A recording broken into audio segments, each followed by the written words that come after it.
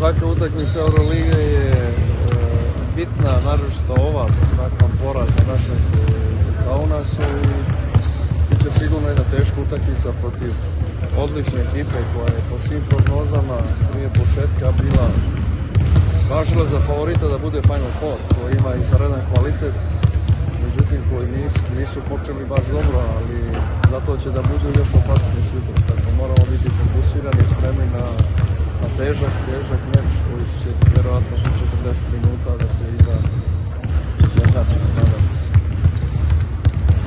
Koliko vam u prvoj utakmici zato što su oni istaknuli veći deo ekipe iz prethodne sezone i nisu pretvoreni?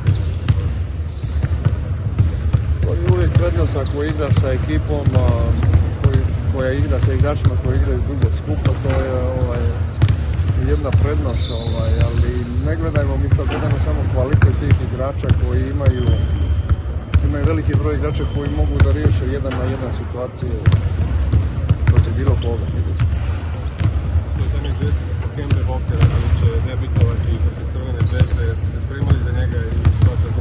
Ne, spremat ćemo se za ekipu Monaka, ne za pojedinog igrača. Koliko će značiti povratak u arenu i navijača? Pa sigurno, ja mislim da ta pomoć nam je uvijek i prošle godine i na prvoj utakmici bila jedan motiv dodatni, igrači su zaista dali više od sebe. Nadamo se da će i sutra biti tako, jer zaista sutra nam treba puno pomoć. Kako je zdravstveni za to, da su spremni?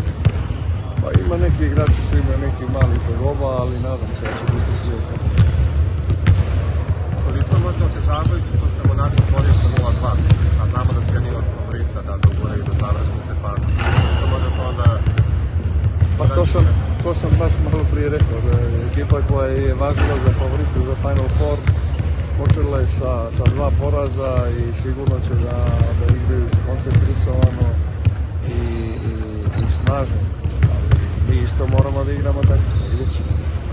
Šta je ono što ekipa treba da uradi da bi svih 40 minuta bila potpuno koncentrisano?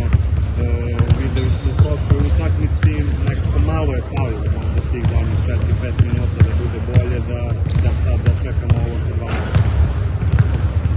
Košarka je sport gdje 40 minuta mora da se igra, nema ni 35, ni 39, ni 38, 40 minuta. Ja mislim da moramo biti spremni, naročito sa strpljenjem moramo biti, moramo da igramo sa puno strpljenja, jer Monako je ekipa koja igra izuzetno čvrsto u odbrani i izuzetno kvalitetno u napadu, i to strpljenje i u našem napadu i našoj odbrani, ja mislim da je ključ uspjeha.